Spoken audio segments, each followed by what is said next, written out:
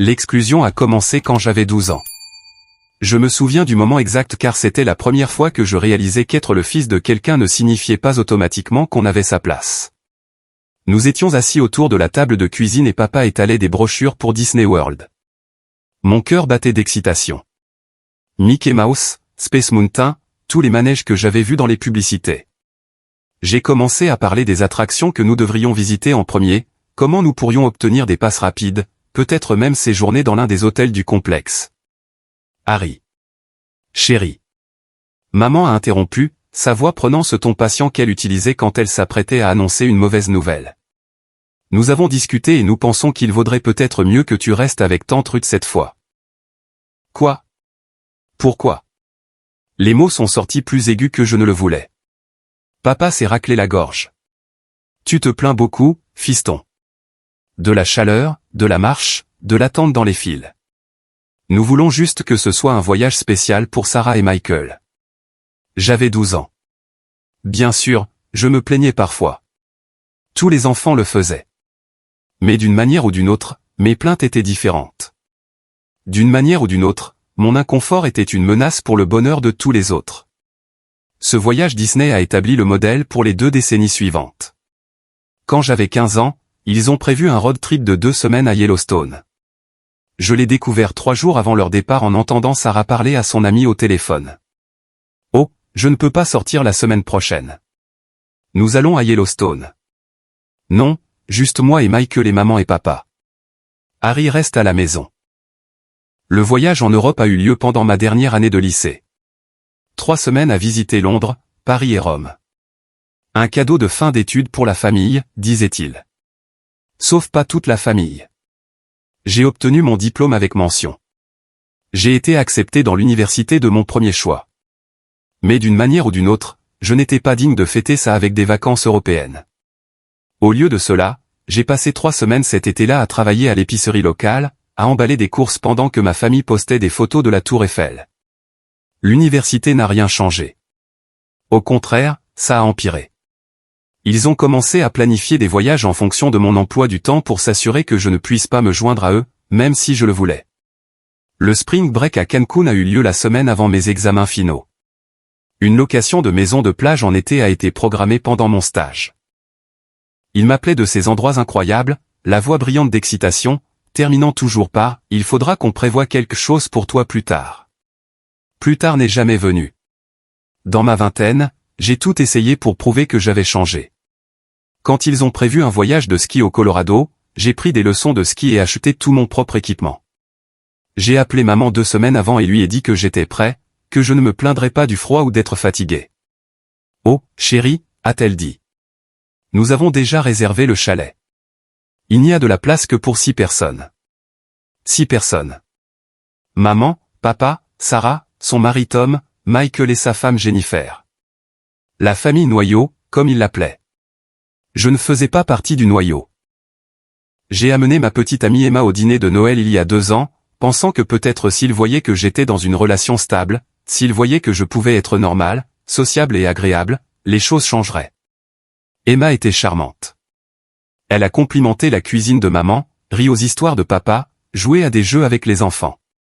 Après le dîner, j'ai entendu maman et papa dans la cuisine. Elle a l'air charmante, a dit maman. Beaucoup plus agréable qu'Harry ne l'est habituellement. Peut-être qu'elle aura une bonne influence sur lui, a répondu papa. Bien que je ne sache pas si cela suffirait pour que les voyages en famille fonctionnent. Même avec Emma là, prouvant que je pouvais être la personne qu'il voulait que je sois, je n'étais toujours pas assez. Noël dernier, j'ai découvert leur voyage de ski d'une semaine au Colorado via Instagram. Sarah a posté une photo de toute la famille sur les pistes avec la légende « Voyage de ski en famille 2023, on crée des souvenirs ». J'ai appelé maman immédiatement. « Pourquoi ne m'avez-vous pas parlé du Colorado ?»« Harry, on a déjà parlé de ça. Tu n'aimes pas le ski. Tu serais juste malheureux et tu rendrais tout le monde malheureux aussi. J'ai pris des leçons de ski. Je te l'ai dit il y a 2 ans. Eh bien, c'est trop tard maintenant. Tout est déjà réservé. Tout était toujours déjà réservé. Le timing était toujours mauvais. Je n'apprécierais toujours pas. Je ne m'intégrerais pas. Je gâcherais d'une manière ou d'une autre tout pour les autres. J'ai 34 ans maintenant. J'ai un bon travail en tant que responsable marketing dans une entreprise technologique. Je suis avec Emma depuis 2 ans, et c'est la femme la plus patiente et compréhensive que j'ai jamais rencontrée. J'ai des amis qui m'incluent dans leurs projets, des collègues qui m'invitent au happy hours, une vie qui prouve que je ne suis pas la personne difficile et plaintive que ma famille semble penser que je suis. Emma a observé ce schéma pendant toute notre relation, et sa frustration grandit à chaque fois. « Ta famille te traite comme une ordure, Harry », m'a-t-elle dit après l'incident du Colorado. Ma famille ne ferait jamais ça. Aucune famille ne fait ça. Elle a raison. Bien sûr, sa famille m'a accueilli dès le premier jour. Ses parents posent des questions sur mon travail, se souviennent de choses que je leur ai dites, m'incluent dans les SMS de groupe sur les projets familiaux. Quand ils ont des rassemblements, ils mettent automatiquement un couvert pour moi à table. C'est une chose si simple, mais ça signifie tout. Mais voici ce qui m'a vraiment brisé. Le mois dernier, Sarah se plaignait de quelque chose lors de notre appel téléphonique hebdomadaire. Oui, nous parlons toujours chaque semaine parce que je continue d'essayer de maintenir ces relations malgré tout. Elle parlait de combien c'était bizarre d'avoir les parents de la femme de Michael lors de leur récent voyage à la maison du lac. Attends, ai-je dit. Les beaux-parents de Michael étaient là. Ouais, a insisté Jennifer. C'était tellement gênant. Je veux dire, on les connaît à peine, et ils étaient là, prenant de la place dans notre maison familiale. Notre maison familiale. Notre voyage en famille. Ils ont emmené les parents de la femme de Michael, des gens qu'ils connaissaient à peine, en vacances en famille, mais leur propre fils n'était toujours pas le bienvenu. C'est là que j'ai réalisé quelque chose qui aurait dû être évident il y a des années. Ce n'était pas parce que je me plaignais ou que je ne m'intégrais pas ou que je gâchais le bon temps de quelqu'un. Il s'agissait de quelque chose de plus profond, quelque chose de brisé dans la façon dont ma famille me voyait. Je n'étais pas seulement exclu des vacances. J'étais exclu de l'appartenance. L'appel téléphonique avec ma mère la semaine suivante a été le moment où tout a changé. J'avais passé des jours à penser à ce que Sarah avait dit sur les beaux-parents de Michael qui étaient inclus alors que je restais exclu. J'avais besoin de comprendre la logique, s'il y en avait une. Maman, je veux parler du voyage à la maison du lac. Oh, c'était merveilleux. Le temps était parfait et les enfants se sont tellement amusés à pêcher. Sarah a mentionné que les parents de Jennifer étaient là. Il y a eu une pause. Je pouvais pratiquement l'entendre calculer quoi dire. Oui, ils y étaient. Jennifer voulait vraiment qu'ils découvrent la maison du lac. Mais tu n'as jamais invité les parents d'Emma. Tu ne l'as jamais même suggéré. C'est différent, Harry. En quoi est-ce différent? Ils n'ont pas ton énergie négative. Ils apprécient ce que nous faisons pour eux. Ils sont reconnaissants. Énergie négative. Après 34 ans à essayer de comprendre ce qui n'allait pas chez moi, elle l'avait enfin dit à voix haute. J'avais une énergie négative. Je n'étais pas assez reconnaissant. Le problème n'était pas mes plaintes ou mon manque de compatibilité avec les voyages en famille. Le problème était ma nature fondamentale, mon énergie, mon existence même dans leur espace. Quelle énergie négative, maman? Qu'est-ce que je fais exactement de si terrible? Tu sais ce que tu fais, Harry. Il y a toujours quelque chose qui ne va pas. La pièce est trop chaude. La nourriture est trop froide. Tu es fatigué. Tu t'ennuies. Rien n'est jamais assez bien pour toi. J'ai pensé aux rassemblements familiaux d'Emma, comment je ne me plaignais jamais de rien parce que j'étais trop reconnaissant d'être inclus. J'ai pensé aux voyages professionnels, comment mes collègues commentaient souvent à quel point j'étais facile à vivre, flexible et positif. L'énergie négative n'existait nulle part ailleurs dans ma vie. Quand est-ce que je me suis plaint pour la dernière fois de quoi que ce soit lors d'un événement familial? Au dîner de Noël. Tu as dit que la dinde était sèche.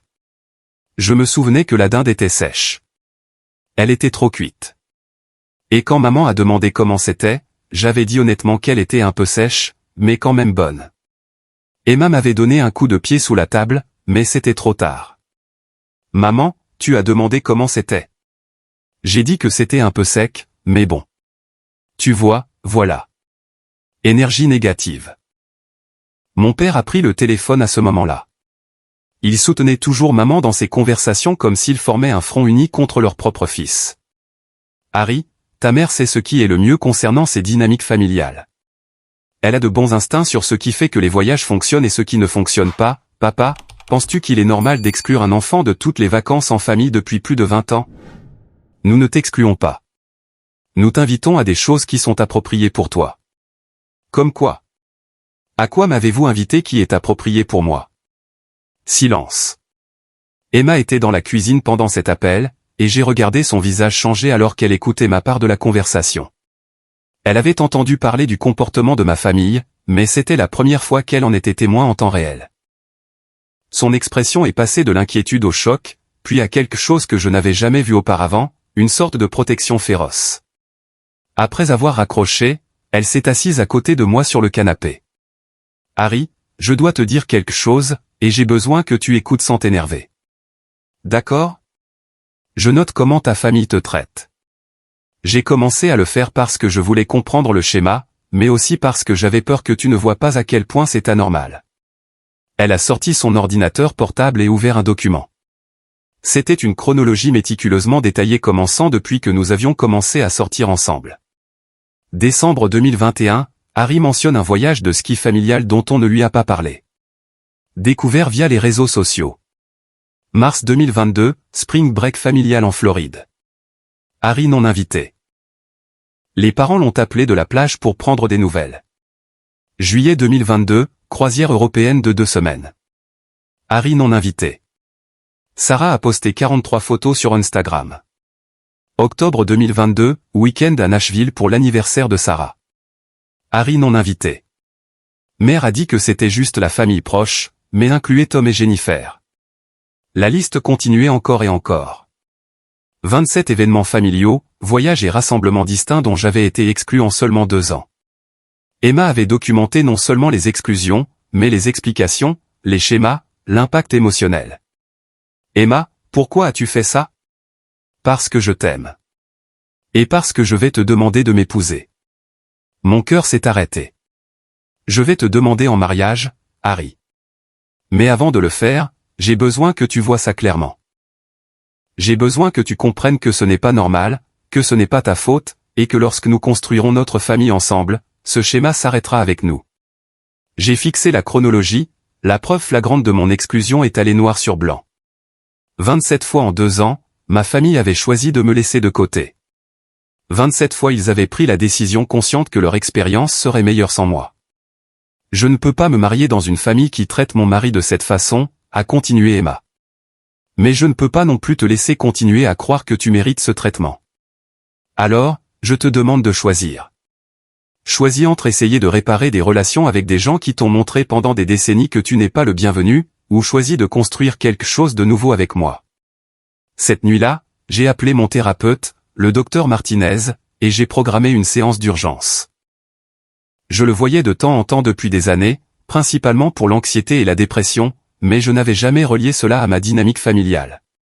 Harry, ce que vous décrivez est de la violence émotionnelle, a dit le docteur Martinez après que je lui ai montré la chronologie d'Emma. Exclusion systématique, bouc émissaire, amour conditionnel basé sur des normes impossibles. Ce sont des schémas classiques de dysfonctionnement familial, mais ils ne me frappent pas ou ne me crient pas dessus. La violence émotionnelle ne nécessite pas de violence physique. Ce que vous avez vécu est une forme d'abandon psychologique. Votre famille a fait de vous le réceptacle de tout ce qui ne va pas, tout ce qui est incommode, tout ce qui menace leur image parfaite. J'ai pensé à mes 12 ans, quand on m'a dit que je me plaignais trop, à mes 15 ans et la découverte de Yellowstone par l'appel téléphonique de ma sœur, à mes 34 ans et entendre ma mère dire « j'ai une énergie négative ». La question est, a continué le docteur Martinez, qu'allez-vous faire de cette connaissance? C'est là que j'ai décidé. Pendant 34 ans, je m'étais battu pour des miettes de la part de gens qui me voyaient comme un fardeau. La famille d'Emma m'avait montré ce que c'était que d'être accueilli, d'être voulu, d'être célébré juste pour être moi-même. Il était temps d'arrêter de supplier ma famille biologique de m'aimer et de commencer à construire quelque chose de réel avec des gens qui le faisaient déjà. La demande en mariage d'Emma est arrivée 3 semaines plus tard chez ses parents lors de leur dîner mensuel en famille. Elle a mis un genou à terre juste là devant tout le monde. Ses parents Robert et Carole, son frère Jake, sa sœur Amy avec son mari et ses enfants. Au lieu du moment privé que j'avais toujours imaginé, c'était cette belle célébration chaotique avec des gens qui applaudissaient et pleuraient et faisaient immédiatement des projets. Nous organisons une fête de fiançailles, a annoncé Carole avant même que j'aie pleinement réalisé qu'Emma m'avait demandé en mariage. Dans 2 semaines, samedi. J'appellerai tout le monde. Maman, nous n'avons même pas encore fixé de date, Harry et Emma. Peu importe.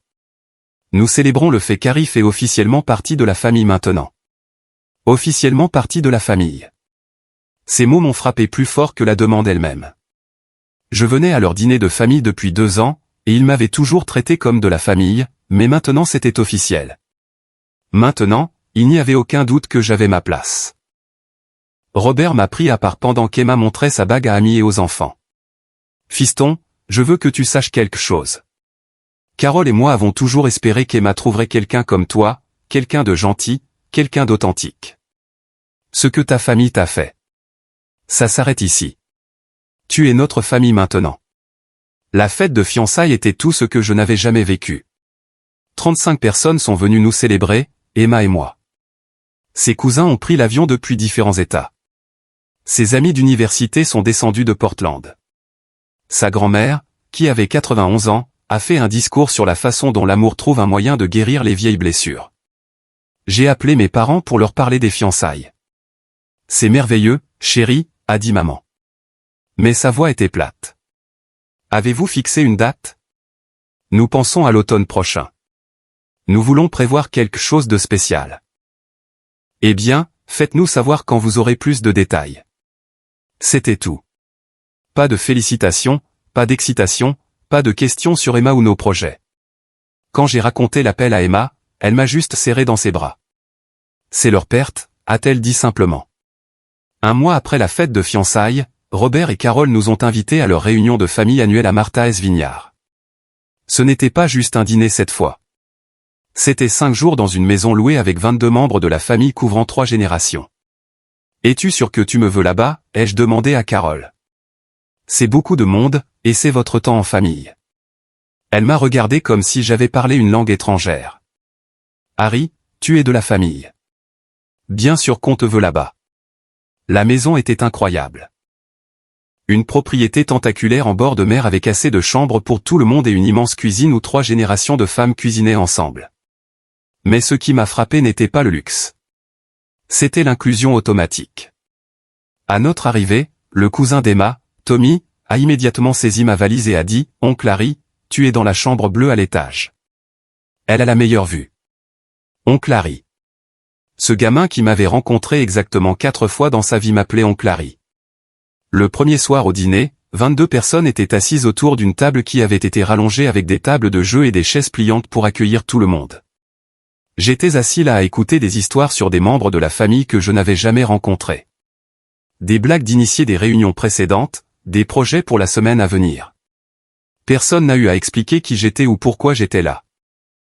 Ma place était simplement assumée. Le frère d'Emma, Jake, me traitait comme si nous avions été frères toute notre vie. Il m'incluait dans les courses matinales le long de la plage, demandait mon avis sur ses problèmes de travail, se mettait automatiquement en équipe avec moi pour le tournoi familial de volley-ball. C'était la relation que j'avais toujours imaginé avoir avec Michael, mais que je n'avais jamais eue. Le 2e jour, j'aidais la grand-mère d'Emma, Rose, à installer son chevalet sur la terrasse où elle peignait chaque matin. Elle avait 91 ans, mais toute sa tête avec des yeux qui semblaient tout voir. « Tu as une tristesse en toi, Harry ?» a-t-elle dit en mélangeant des couleurs sur sa palette. Une vieille tristesse. Je ne savais pas quoi répondre à ça, alors je l'ai juste aidé à arranger ses pinceaux. J'ai eu un fils comme toi une fois, a-t-elle continué. Mon enfant du milieu, James. Son père n'a jamais pensé qu'il était assez bien, le comparant toujours à ses frères, trouvant toujours des défauts. Il a fallu 40 ans à James pour réaliser que le problème n'était pas lui. Qu'est-il arrivé à James ? Il a construit sa propre famille, a trouvé des gens qui appréciaient sa nature douce au lieu de le punir pour cela.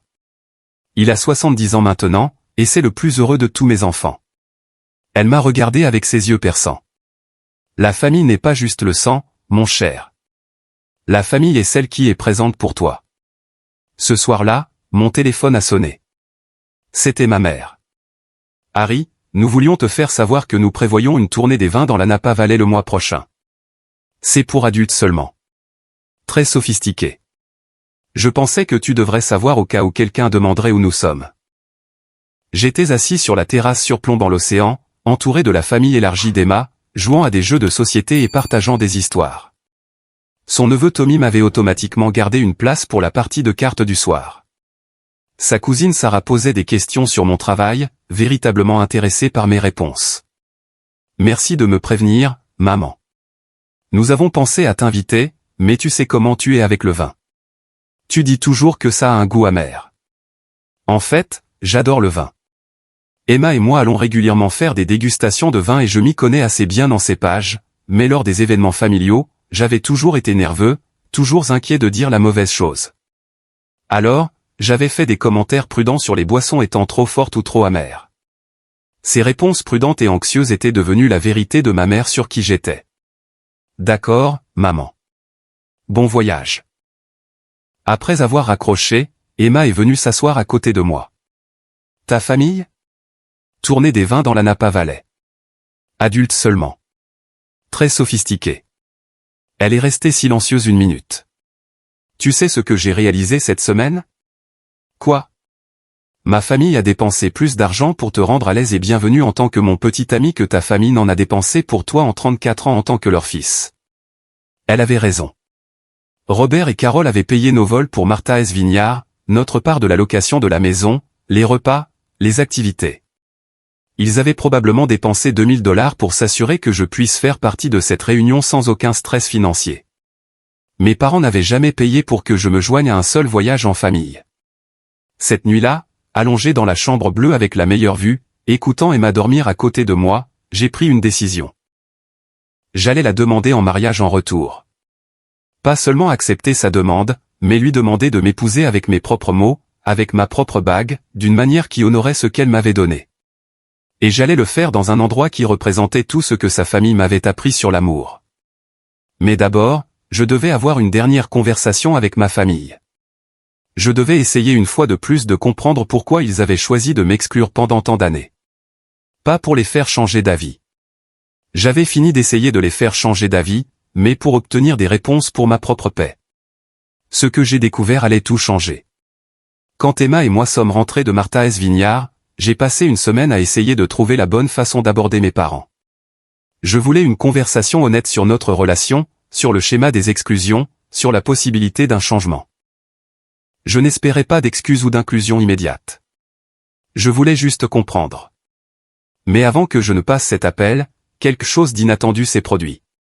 Le cousin d'Emma, David, qui travaillait comme assistant juridique dans un cabinet d'avocats à Seattle, a mentionné quelque chose lors de notre dîner d'adieu qui m'a fait un haut le cœur. Harry, ton grand-père n'est-il pas décédé il y a quelques années? Je me souviens que tu as mentionné quelque chose à propos d'un héritage. Ouais, Papy Joe est mort il y a environ 6 ans. Pourquoi? Je pensais juste à une loi de l'État, à la façon dont les héritages fonctionnent quand il y a plusieurs bénéficiaires. Parfois, les familles ne gèrent pas bien ces situations. Emma a saisi mon expression. Qu'est-ce qu'il y a? Je n'ai jamais reçu d'héritage de Papy Joe. Mes parents ont dit qu'ils n'avaient rien laissé à part sa maison qu'ils ont vendue pour payer ses soins. David a froncé les sourcils. C'est étrange. Habituellement, quand quelqu'un mentionne un héritage, il y a une sorte de documentation. As-tu déjà vu un testament ou des documents de succession? Non. J'avais cru mes parents sur parole que les dernières années de Papy Joe en résidence assistée avaient vidé ses économies. Cela avait du sens à l'époque. Ces endroits sont chers et il y avait été pendant 3 ans avant de mourir. Est-ce que ce serait bizarre si je vérifiais? A demandé David. Je veux dire, juste pour s'assurer que tout a été géré correctement. Une semaine plus tard, David m'a appelé avec des informations qui ont changé tout ce que je pensais savoir sur ma famille. Harry, tu dois t'asseoir pour ça. J'étais au travail, mais je suis entré dans une salle de conférence vide et j'ai fermé la porte. Ton grand-père a laissé un testament. Un testament très précis. Il a laissé sa maison à tes parents, mais il a aussi laissé un fonds séparé de $90 000 à diviser également entre ses 3 petits-enfants. Mes jambes ont lâché et j'ai dû m'appuyer contre la table de conférence. Quoi? $30 000 chacun pour toi, Sarah et Michael. L'argent était désigné spécifiquement pour créer des souvenirs et des expériences familiales joyeuses. Il est sur un compte depuis 6 ans. C'est impossible. Mes parents ont dit qu'ils n'avaient plus d'argent. Ils ont menti, Harry. La succession a été réglée par leur ami qui est avocat. Probablement un conflit d'intérêts, mais c'était légal. Selon les notes de l'exécuteur testamentaire, tes parents ont demandé que ta part soit détenue en fiducie parce qu'ils s'inquiétaient de ta stabilité financière et de ta maturité émotionnelle. J'ai eu envie de vomir. Ils avaient mon argent depuis 6 ans. Pas seulement ton argent. Ils l'ont utilisé pour compléter leur propre budget de voyage. J'ai trouvé des relevés de cartes de crédit qui faisaient partie du dossier de succession. L'exécuteur devait vérifier certaines dépenses. Tes parents ont facturé plusieurs vacances en famille sur une carte qui a été payée par le fonds d'héritage de ton grand-père. La pièce tournait. Ils avaient pris mon argent d'héritage et l'avaient utilisé pour financer les vacances en famille dont j'étais exclu. Ils avaient littéralement utilisé mon propre argent pour payer des expériences que je n'étais pas autorisé à partager. Combien ont-ils dépensé? Environ 25 000 $ au cours des 6 dernières années. Ta part plus les intérêts vaut maintenant environ 35 000 $. Sarah et Michael ont reçu leur part immédiatement après le règlement de la succession. Sarah et Michael savaient. Ils avaient reçu leur argent il y a des années, et ils n'avaient rien dit pendant que mes parents retenaient le mien en otage. J'ai appelé Emma immédiatement et lui ai demandé de me retrouver à la maison. Quand je lui ai dit ce que David avait découvert, elle est restée silencieuse pendant un long moment. Harry, c'est de la violence financière en plus de la violence émotionnelle. Ils ont volé ton argent et l'ont utilisé pour financer ta propre exclusion. Ce soir-là, j'ai engagé une avocate nommée Jessica Adams, spécialisée dans les litiges successoraux. Elle a examiné tous les documents que David avait trouvés et a tout confirmé. Cela va être simple à résoudre légalement, a-t-elle dit. Les notes de l'exécuteur jouent en fait en votre faveur car elles documentent le raisonnement de vos parents, qui est entièrement subjectif et ne tiendrait probablement pas devant un tribunal. Mais je dois demander, voulez-vous poursuivre au pénal? Parce que c'est potentiellement du vol. J'ai pensé à mon grand-père, à combien il avait aimé ses 3 petits-enfants également, à la façon dont il s'était toujours assuré que nous ayons chacun le même nombre de cadeaux de Noël, la même quantité d'attention, les mêmes histoires au coucher. Il serait horrifié de savoir que son cadeau pour nous aider à créer des souvenirs joyeux avait été utilisé pour exclure l'un de nous. Je veux mon argent et je veux qu'il fasse face aux conséquences, mais je ne veux mettre personne en prison. Nous pouvons exiger une restitution complète plus les intérêts et les dommages sans poursuivre au pénal, mais vos parents vont le savoir, vous savez. Bien. Il est temps pour eux d'affronter la vérité. La confrontation a eu lieu un samedi après-midi. J'ai appelé mes parents et leur ai dit qu'Emma et moi venions pour discuter de quelque chose d'important. Ils s'attendaient probablement à une conversation sur la planification du mariage. Au lieu de cela, je suis entré avec des documents juridiques et une application d'enregistrement sur mon téléphone. Nous devons parler de l'héritage de Papy Joe. La couleur a quitté le visage de ma mère immédiatement. Mon père a commencé à parler, mais j'ai levé la main. Je sais pour les 90 000 $. Je sais pour les 30 000 $ qui m'étaient destinés. Je sais que vous utilisez mon argent pour financer des vacances en famille depuis 6 ans. Harry, on peut expliquer, a commencé papa. Expliquer quoi? Expliquer comment vous avez convaincu l'exécuteur que j'étais financièrement instable? Expliquer comment vous avez pris de l'argent qui était spécifiquement destiné à créer des souvenirs familiaux joyeux et l'avez utilisé pour créer des souvenirs sans moi. Emma était assise à côté de moi, sa présence stable et solidaire. Mes parents n'arrêtaient pas de la regarder comme s'ils étaient gênés d'avoir un témoin de cette conversation. Nous protégions cet argent pour quand tu aurais mis de l'ordre dans ta vie, a dit maman. Papy Joe n'aurait pas voulu que tu le gaspilles. Gaspiller en quoi? J'ai un bon travail, une relation stable, un compte d'épargne. Qu'est-ce qui me rend exactement financièrement instable? Tu n'as jamais semblé reconnaissant pour ce que nous faisions pour toi de toute façon, a ajouté papa. À chaque événement familial, tu trouvais quelque chose à redire. Papy Joe a laissé cet argent pour des expériences familiales, et tu rendais les expériences familiales difficiles. Emma a parlé pour la première fois. Est-ce que Sarah et Michael se plaignaient lors des événements familiaux? C'est différent, a dit maman rapidement. En quoi est-ce différent? Ils appréciaient ce que nous faisions pour eux. Harry n'avait pas le droit d'apprécier quoi que ce soit parce qu'il n'était invité à rien, a dit Emma, sa voix calme mais ferme. Vous l'avez exclu et ensuite blâmé de ne pas être reconnaissant pour l'exclusion. J'ai sorti des copies des relevés de cartes de crédit que Jessica avait obtenus. Cela montre que vous avez utilisé l'argent de l'héritage pour payer le voyage aux Bahamas. Le ski au Colorado, la croisière européenne et la location de la maison du lac où vous avez inclus les beaux-parents de Michael mais pas votre propre fils. Le silence s'est étiré pendant ce qui a semblé des heures. Enfin, ma mère a parlé. Nous avons fait des erreurs, Harry. Mais nous essayons de faire ce qui était le mieux pour tout le monde. Ce qui était le mieux pour tout le monde était de m'exclure. Tu dois comprendre, a dit papa. L'harmonie familiale est importante. Ton énergie ne collait tout simplement pas avec l'énergie des vacances. Mon énergie, ai-je répété. Mon énergie qui n'existe pas au travail ou avec des amis ou avec la famille d'Emma, juste avec vous. Ce n'est pas juste. La voix de Sarah est venue de derrière nous. Je me suis retourné pour voir Sarah et Michael debout dans l'embrasure de la porte. Ils avaient été appelés en renfort. Qu'est-ce qui n'est pas juste, ai-je demandé. Tu nous fais passer pour des monstres, a continué Sarah. Nous t'avons toujours inclus dans les dîners de vacances et les fêtes d'anniversaire. Après m'avoir explicitement exclu de tout le reste. Ces voyages étaient différents, a dit Michael. Ils nécessitaient une énergie différente. Quelle énergie? Qu'est-ce que je fais exactement de si terrible? Aucun d'eux n'a pu me donner une réponse précise. Ils parlaient de mon attitude et de mes plaintes et de ma négativité, mais ils ne pouvaient pas pointer des comportements ou des incidents spécifiques. C'était tout vague, subjectif, impossible à défendre. C'est là qu'Emma a sorti son propre dossier. J'ai documenté 27 événements familiaux distincts dont Harry a été exclu au cours des 2 années seulement où je le connais. J'ai aussi documenté comment votre famille lui parle par rapport à la façon dont vous vous parlez entre vous. Voulez-vous que je lise quelques exemples? La pièce est devenue complètement silencieuse. Voici comment vous avez parlé à Sarah du voyage à la Maison du Lac, nous prévoyons une semaine à la Maison du Lac en juillet. Est-ce que toi et Tom pouvez vous arranger? Voici comment vous avez parlé à Harry du voyage à la Maison du Lac, vous ne l'avez pas fait. Il l'a découvert par Sarah mentionnant que les beaux-parents de Michael étaient là. La documentation d'Emma était dévastatrice parce qu'elle était factuelle, spécifique, indéniable. Le schéma est clair, a-t-elle continué. Harry est exclu et ensuite blâmé pour l'exclusion. Vous l'avez manipulé pour qu'il croie qu'il est le problème alors que le problème est votre traitement à son égard. Le visage de mon père était rouge de colère. Nous n'avons pas à justifier nos décisions familiales à des étrangers. Je ne suis pas une étrangère.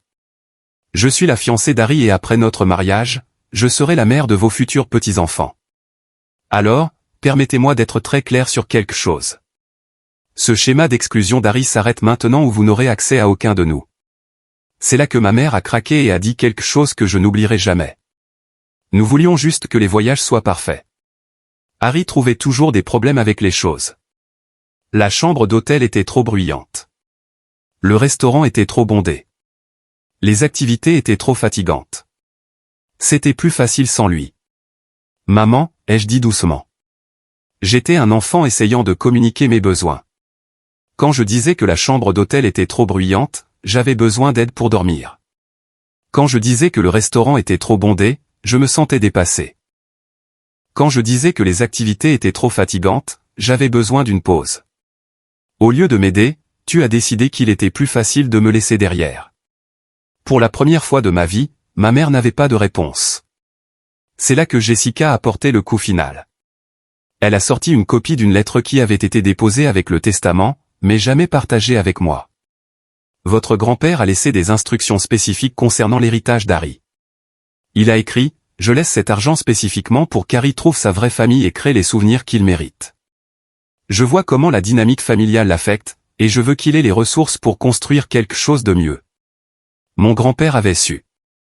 Il avait vu l'exclusion, compris le schéma et m'avait laissé de l'argent spécifiquement pour y échapper. La révélation que Papy Joe avait été témoin de mon exclusion et avait essayé de m'aider d'outre-tombe a été le moment où j'ai finalement arrêté de me battre pour l'approbation de mes parents. Ils avaient caché son dernier cadeau pour moi et utilisé son argent pour financer mon exclusion continue. Il n'y avait pas de retour possible après ce niveau de trahison. Récupérer mon héritage a pris 3 semaines et a coûté à mes parents $12 000 supplémentaires en frais juridiques et pénalités d'intérêt. Jessica s'est assurée qu'ils comprennent toutes les conséquences juridiques et financières de ce qu'ils avaient fait. Plus important encore, elle s'est assurée qu'ils sachent qu'Emma et moi avions tout documenté et pouvions engager des poursuites pénales s'ils interféraient à nouveau dans nos vies. Les 35 000 $ semblaient être plus que de l'argent. C'était comme la validation finale de mon grand-père que je méritais mieux que ce que ma famille m'avait donné. J'ai utilisé 5 000 $ pour acheter à Emma la bague de fiançailles qu'elle méritait. Pas la bague modeste que je prévoyais de m'offrir par moi-même, mais quelque chose qui reflétait combien elle comptait pour moi. Quand je l'ai demandé en mariage correctement, à l'endroit exact sur Martha's Vineyard où sa famille m'avait fait sentir vraiment bienvenue pour la première fois, elle a pleuré pendant 10 minutes avant de pouvoir dire oui. Harry, tu m'as déjà demandé en mariage quand tu as accepté ma demande. Elle a ri à travers ses larmes. C'est différent. C'est moi te choisissant de tout mon cœur, avec la bénédiction de mon grand-père, avec les ressources pour construire la vie que nous méritons. Robert et Carole ont été les premières personnes que nous avons appelées avec la nouvelle que nous étions officiellement fiancés dans les deux sens. Carole a immédiatement commencé à planifier une fête de fiançailles qui faisait paraître la première petite. Quand j'ai mentionné que je voulais utiliser une partie de mon héritage pour emmener toute la famille d'Emma en vacances de remerciement, Robert a essayé de m'en dissuader. « Fiston, tu n'as pas besoin de dépenser ce genre d'argent pour nous. Je le veux. Vous m'avez montré à quoi ressemble une famille.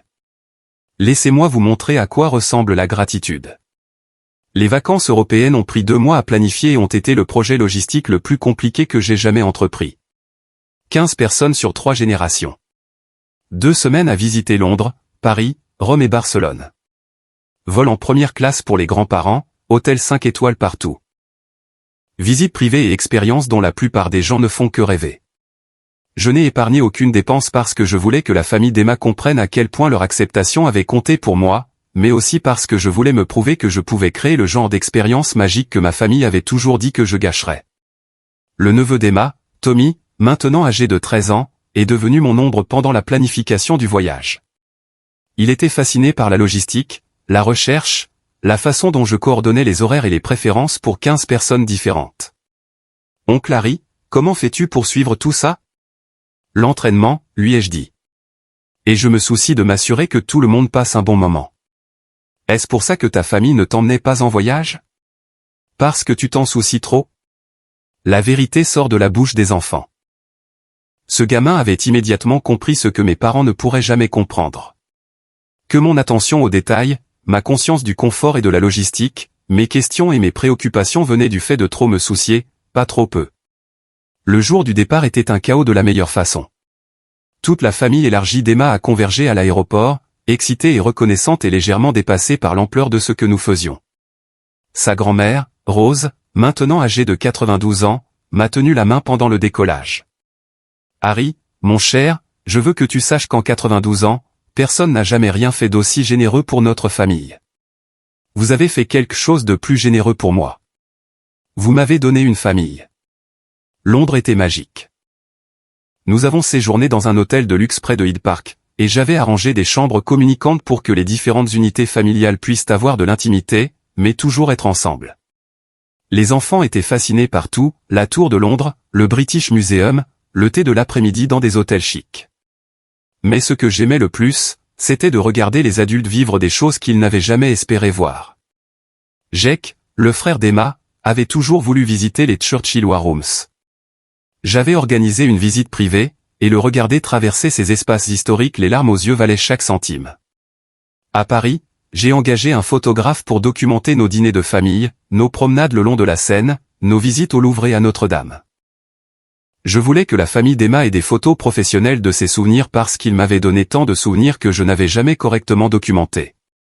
La cousine d'Emma, Sarah, m'a pris à part après notre cours de cuisine en Toscane. « Harry, je dois te dire quelque chose.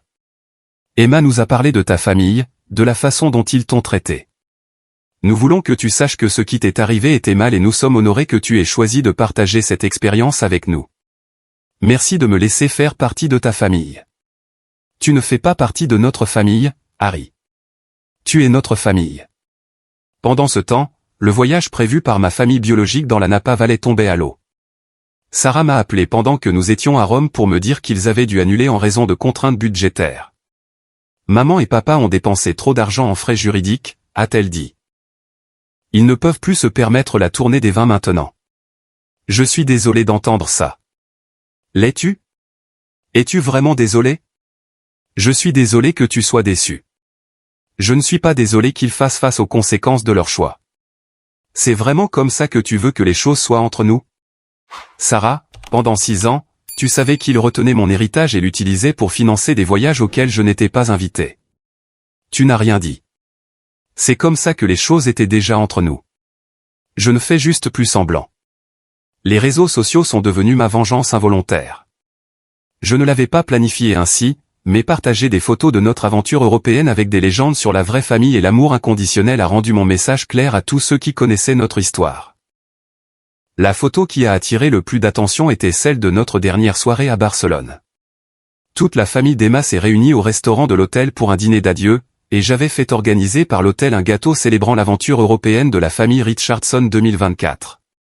Sur la photo, je suis assis entre Emma et sa grand-mère, entouré de gens qui avaient traversé un océan parce que je le leur avais demandé, qui m'avaient fait confiance pour planifier le voyage de leur vie.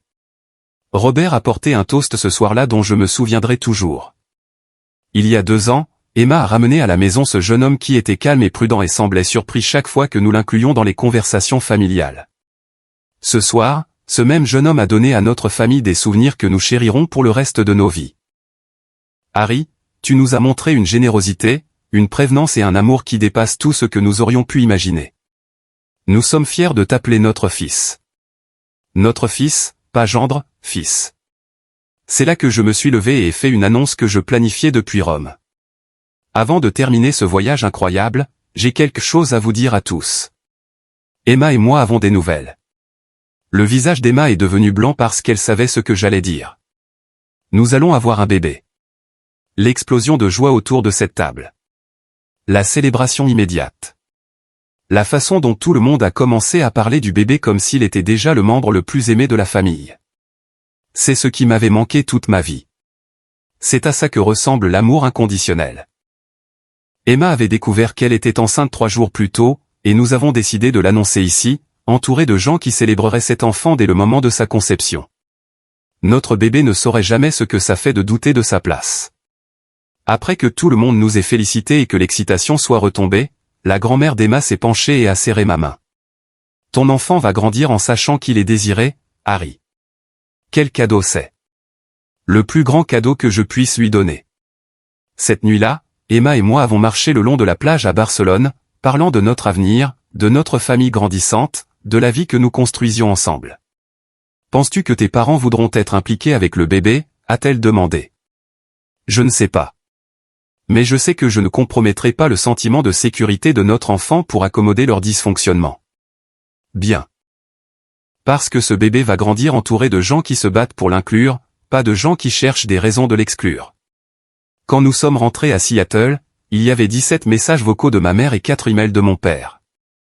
Ils avaient vu les publications sur les réseaux sociaux, entendu parler de la grossesse par le bouche-à-oreille local, et soudainement ils étaient très intéressés à faire partie de ma vie. Je n'ai pas rappelé. Pas encore.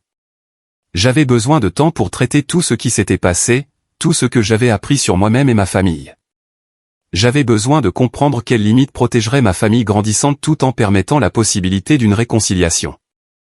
Mais d'abord, j'avais besoin qu'ils fassent face à toutes les conséquences de leur choix. Notre retour d'Europe a marqué le début de ce que je ne peux décrire que comme la panique de ma famille.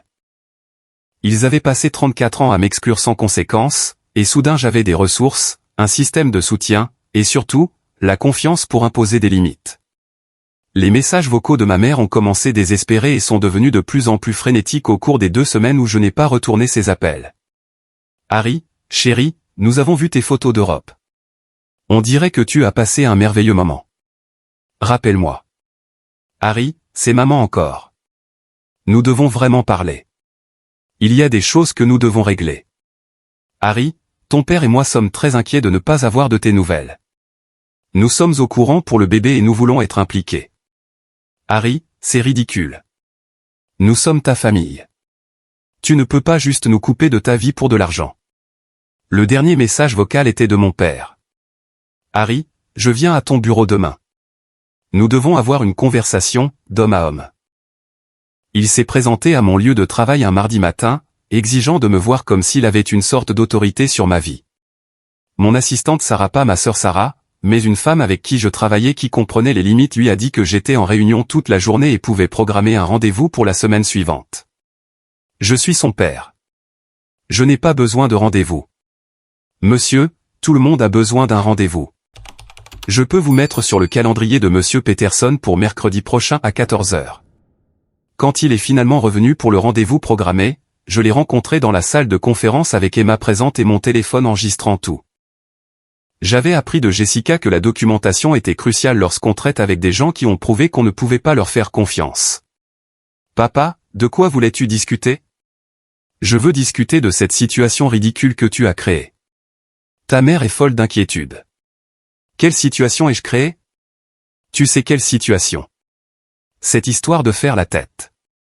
Refuser de retourner les appels. Agir comme si nous étions des étrangers. Papa, pendant 34 ans, tu m'as traité comme un étranger. Maintenant tu es contrarié parce que je ne me bats plus pour ton attention. Ce n'est pas juste, Harry. Nous t'avons toujours aimé. Comment? Comment as-tu montré que tu m'aimes? Il n'a pas pu répondre à cette question. Pendant 5 minutes entières, il est resté assis là à essayer de trouver des exemples d'amour qui n'impliquaient pas des obligations de base comme la nourriture et le logement. Nous t'avons inclus dans les dîners de vacances, a-t-il finalement dit. Après m'avoir exclu de tout le reste. Tu m'as inclus dans les 1 ou 2 événements par an où mon absence serait remarquée par la famille élargie. Ta mère se sent très mal à propos de la situation de l'héritage. Se sent-elle mal de m'avoir menti ou se sent-elle mal de s'être fait prendre? Les deux. Elle veut arranger les choses. Comment? Encore le silence. Emma a pris la parole.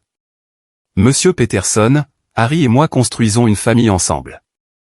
Notre enfant sera votre petit enfant, mais nous avons besoin de savoir que vous comprenez pourquoi votre traitement d'Harry était mauvais avant de pouvoir vous faire confiance autour de notre famille.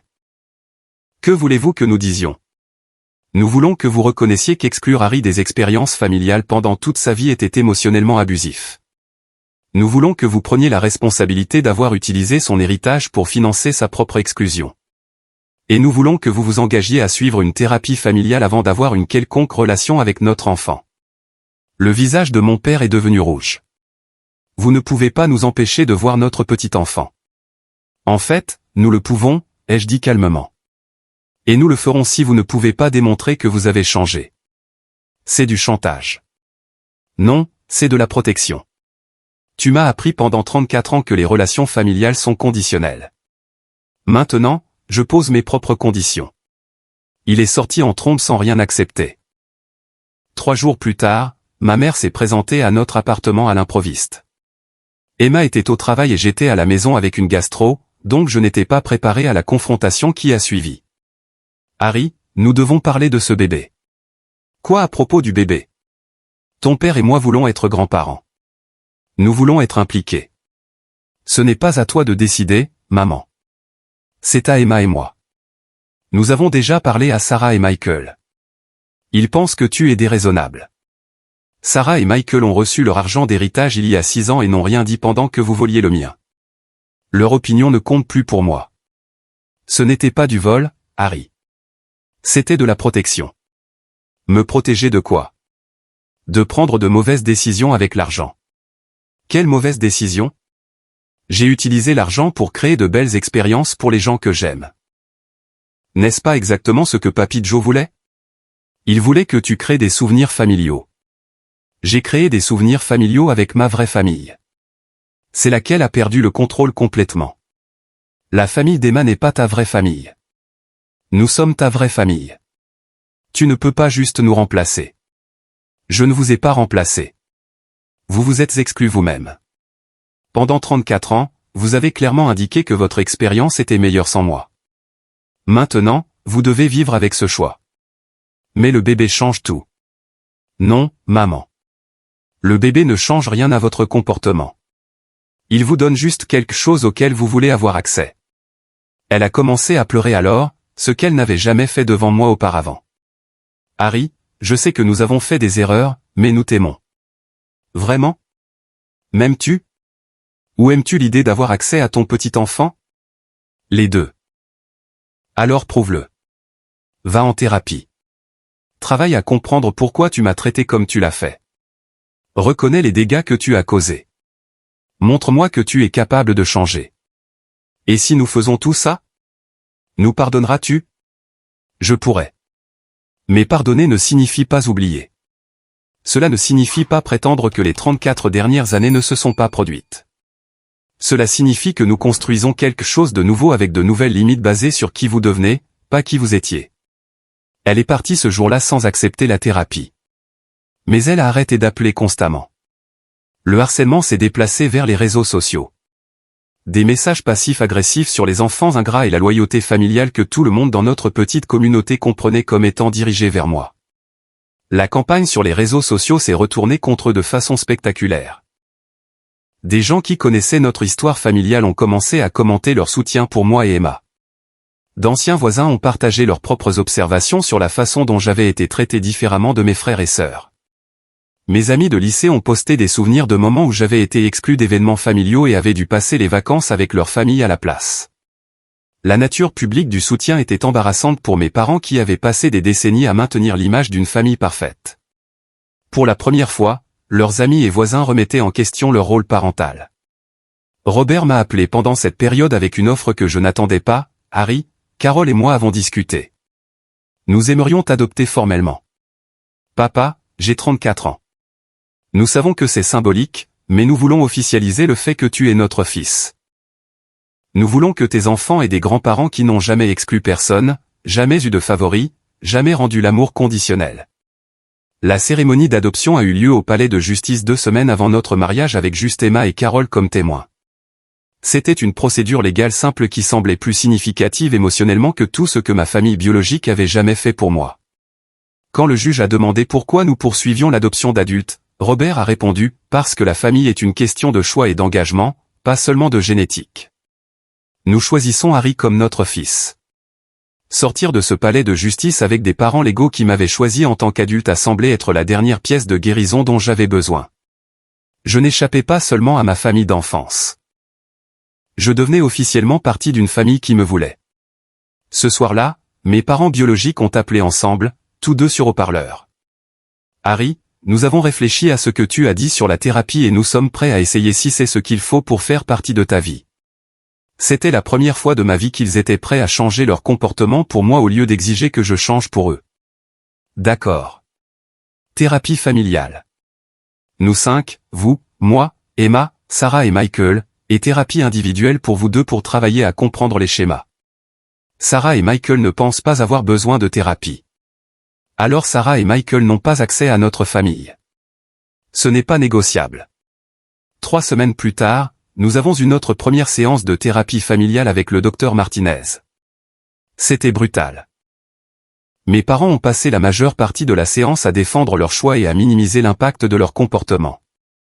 Sarah et Michael ont passé leur temps à se plaindre d'être entraînés dans mes problèmes. Mais lentement, au fil des mois de séance, quelque chose a commencé à changer. Ma mère a commencé à voir comment son anxiété à propos de la perfection des voyages en famille l'avait amenée à éliminer tout ce qu'elle percevait comme une menace à cette perfection, y compris les besoins et les sentiments de son propre fils. Mon père a commencé à comprendre comment son soutien automatique aux décisions de ma mère l'avait rendu complice de mon abandon émotionnel. Sarah et Michael ont dû affronter leur propre égoïsme en bénéficiant de mon exclusion tout en restant silencieux sur l'injustice. Ce n'était pas une transformation miracle. Il y a eu des revers, des disputes, des séances où le progrès semblait impossible. Mais pour la première fois de nos vies, ma famille était forcée d'examiner son comportement au lieu d'attendre simplement que je l'accepte. Le vrai test viendrait à la naissance de notre bébé. Emma et moi nous sommes mariés par une parfaite journée d'octobre avec 200 invités présents. Ma famille biologique a reçu des invitations mais a choisi de ne pas venir, disant qu'ils avaient besoin de plus de temps pour tout traiter. Robert m'a conduit à l'hôtel à la place, et Carole a aidé Emma à se préparer comme si elle était sa propre fille. Le mariage était tout ce que je n'avais jamais vécu lors des événements familiaux. Joyeux, inclusif, célébrant l'amour au lieu de l'exclure. La grand-mère d'Emma, Rose, maintenant âgée de 93 ans, a fait un discours sur la façon dont l'amour devient plus fort lorsqu'il est partagé librement plutôt que rationné avec soin. Harry et Emma nous ont montré que la famille ne concerne pas des gens parfaits faisant des choix parfaits, a-t-elle dit.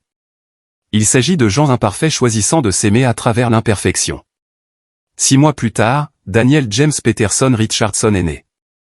Nommé d'après mon grand-père et le grand-père d'Emma, perpétuant l'héritage des hommes qui nous avaient montré à quoi ressemblait l'amour inconditionnel.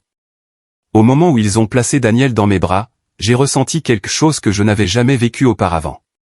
La certitude absolue que cet enfant ne douterait jamais de sa place dans notre famille.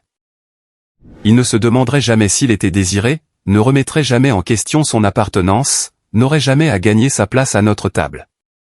Mes premiers mots pour lui ont été une promesse. Tu ne douteras jamais que tu es aimé, petit homme. Tu sauras toujours que tu as ta place. La famille d'Emma a accueilli Daniel comme il m'avait accueilli, immédiatement, complètement sans réserve. Carole et Robert sont devenus le genre de grands-parents qui se présentaient à chaque étape importante, qui faisaient du babysitting sans qu'on le leur demande, qui créaient des albums photos et des boîtes à souvenirs et des traditions spécifiquement pour Daniel. Le vrai test est venu quand Daniel avait 3 mois. Ma famille biologique, toujours en thérapie et faisant de lents progrès, a demandé à rencontrer leur petit-fils. Nous voulons recommencer, a dit ma mère lors d'une de nos séances. Nous voulons faire mieux. Le docteur Martinez a facilité la réunion chez nous avec des limites spécifiques qu'Emma et moi avions établies. Il pouvait visiter pendant 2 heures avec Emma et moi présents tout le temps. Il pouvait tenir Daniel et interagir avec lui, mais tout commentaire sur la parentalité ou la dynamique familiale mettrait fin à la visite immédiatement. Regarder ma mère tenir Daniel pour la première fois était compliqué. Elle était douce avec lui, sincèrement heureuse de le rencontrer, mais je pouvais la voir essayer d'établir une sorte de revendication sur lui. Il ressemble tout à fait à Harry bébé, a-t-elle dit. Les mêmes yeux, le même petit nez. Il se ressemble à lui-même, a corrigé Emma poliment mais fermement. Et il a de la chance de ressembler à son papa. Mon père était plus réservé, mais je l'ai surpris à fixer Daniel avec quelque chose qui ressemblait à du regret. Après leur départ, ma mère m'a appelé. Harry, tenir Daniel m'a fait réaliser quelque chose. Je ne peux pas imaginer l'exclure de quoi que ce soit. Je ne peux pas imaginer un scénario où je penserais qu'il n'a pas sa place avec nous. Alors peut-être que tu peux comprendre ce que mon exclusion a fait ressentir. Je commence à comprendre, et je suis désolé. Je suis tellement désolé. C'était la première véritable excuse que j'ai jamais reçue d'elle. Et bien que cela n'ait pas effacé 34 ans de douleur, cela a ressemblé au début de quelque chose de différent. Au cours des mois suivants, mes parents ont fait de véritables efforts pour changer. Ils nous ont invités, Emma et moi, à des dîners de famille et ont réellement écouté quand nous parlions. Ils ont posé des questions sur nos vies, nos projets, nos expériences. Ils ont commencé à traiter Emma comme une fille au lieu d'une intruse.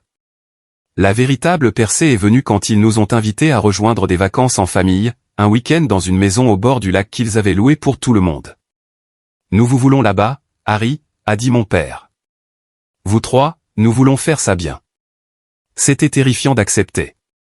Après 34 ans d'exclusion, l'idée d'être inclus semblait presque trop belle pour être vraie. Mais Emma m'a encouragé à essayer. S'ils gâchent tout, on part. Mais s'ils ne le font pas, Daniel verra à quoi ça ressemble quand les gens choisissent de faire mieux. Le week-end n'était pas parfait. Il y a eu des moments où ma mère est retombée dans de vieux schémas de critique. Des moments où Sarah et Michael semblaient rancuniers de l'attention qu'Emma et moi recevions, mais il y a eu aussi des moments de connexion authentique. Regarder mon père apprendre à pêcher à Daniel, voir ma mère apprécier sincèrement la compagnie d'Emma, avoir des conversations avec mes frères et sœurs qui allaient au-delà des politesses de surface, c'était comme rencontrer ma famille pour la première fois. Lors de notre dernier matin au lac, ma mère m'a pris à part. Harry, je dois te dire quelque chose. La thérapie m'a aidé à comprendre que j'avais peur de toi. Peur de moi. Peur de ta sensibilité, de tes besoins, de tes émotions. Il me rappelait des parties de moi-même qu'on m'avait appris à cacher. T'exclure était plus facile que de faire face à mes propres problèmes. Maman, j'étais un enfant. C'était ton travail de m'aider avec mes besoins, pas de m'exclure à cause d'eux. Je le sais maintenant. Je t'ai laissé tomber, et je suis désolé. Je ne peux pas changer le passé, mais je veux être différente à l'avenir. Cette conversation n'a pas tout réparé, mais elle m'a aidé à comprendre que le rejet de ma mère n'avait pas été à propos de ma valeur en tant que personne. Il s'agissait de ses propres peurs et limitations. Aujourd'hui, 2 ans plus tard, notre relation est toujours un travail en cours. Nous avons des dîners de famille réguliers maintenant, et je suis inclus dans la planification des vacances et des célébrations. Mes parents ont rencontré les parents d'Emma et ont réellement développé une amitié avec eux. Ils ont appris à respecter nos limites et à reconnaître quand ils retombent dans de vieux schémas. Plus important encore, ils sont devenus des grands-parents qui sont présents pour Daniel. Ils assistent à ses rendez-vous chez le médecin quand nous avons besoin de renfort, font du babysitting quand nous voulons des soirées en amoureux, et surtout, ils l'incluent dans tout ce qu'ils font. Daniel grandira en connaissant ses grands-parents biologiques comme des gens qui choisissent d'inclure plutôt que d'exclure. Mais le plus grand cadeau dans tout cela a été de regarder Daniel grandir entouré de la famille d'Emma. Il appelle Robert et Carole Papy Bob et Mamie Carole, et il le gâte avec le genre d'amour inconditionnel que j'ai découvert à l'âge adulte. Il a des cousins qu'il inclut automatiquement dans les jeux, des tantes et des oncles qui se souviennent de ses plats préférés, et une culture familiale qui célèbre la présence de chacun au lieu de chercher des raisons d'exclure. Le mois dernier, nous avons emmené Daniel pour ses premières grandes vacances en famille, un voyage à Hawaï avec la famille élargie d'Emma pour célébrer le 95e anniversaire de sa grand-mère Rose. En regardant Daniel jouer sur la plage, entouré de 15 personnes qu'il adore, j'ai réalisé quelque chose de profond. Je n'ai pas seulement échappé à une famille qui m'excluait. J'ai créé une famille qui célèbre l'inclusion.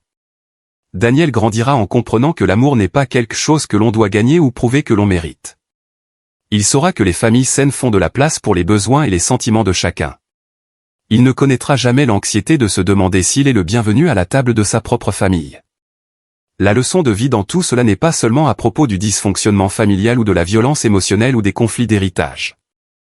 Il s'agit de comprendre que certaines relations nécessitent une restructuration complète avant de pouvoir être saines. Et certaines personnes ont besoin de voir de vraies conséquences avant d'être motivées à changer. Mais plus que cela, il s'agit d'apprendre à reconnaître l'amour inconditionnel quand il vous est offert et d'avoir le courage de choisir cet amour plutôt que le dysfonctionnement familier. Pendant 34 ans, je me suis battu pour des miettes de la part de gens qui me voyaient comme un fardeau. Maintenant, je suis entouré de gens qui me voient comme un cadeau. La différence n'est pas en moi. J'ai toujours été digne d'amour et d'inclusion. La différence est en eux, dans leur capacité à aimer sans condition. Emma avait raison quand elle a dit « Je n'ai pas perdu une famille.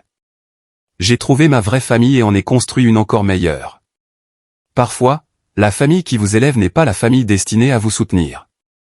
Parfois, vous devez avoir le courage de choisir les gens qui vous choisissent en retour. La famille n'est pas une question de sang, d'obligation ou de tradition. La famille est celle qui est présente, qui vous célèbre et qui vous fait de la place à sa table. Choisissez votre famille avec sagesse et ne vous contentez jamais d'un amour conditionnel. Alors que je regarde Daniel éclabousser dans les vagues, tenu en sécurité par son papy Bob pendant que sa mamie Carole prend des photos, je sais qu'il n'aura jamais à apprendre cette leçon à la dure. Il grandira en sachant qu'il a sa place. Sachant qu'il est désiré, sachant qu'il est célébré juste pour être lui-même, et que plus que tout héritage ou vacances ou victoire juridique, c'est le plus grand cadeau que je puisse lui donner. Maintenant, j'aimerais avoir de vos nouvelles. Avez-vous déjà senti que vous étiez exclu des expériences de votre propre famille? Comment avez-vous géré les relations où l'amour semblait conditionnel? Partagez votre histoire dans les commentaires ci-dessous. Votre expérience pourrait aider quelqu'un d'autre qui lutte avec des dynamiques familiales similaires. Si cette histoire a résonné en vous, s'il vous plaît donnez-lui un j'aime pour aider les autres à la trouver. N'oubliez pas de vous abonner pour plus d'histoires sur la façon de surmonter les défis familiaux et de construire des relations plus saines. Et si vous connaissez quelqu'un qui pourrait bénéficier d'entendre ce message sur le choix judicieux de la famille, partagez cette vidéo avec lui. Merci beaucoup d'avoir écouté mon histoire et j'espère qu'elle vous rappelle que vous méritez un amour inconditionnel et une place à chaque table qui compte. Jusqu'à la prochaine fois, continuez de choisir les gens qui vous choisissent.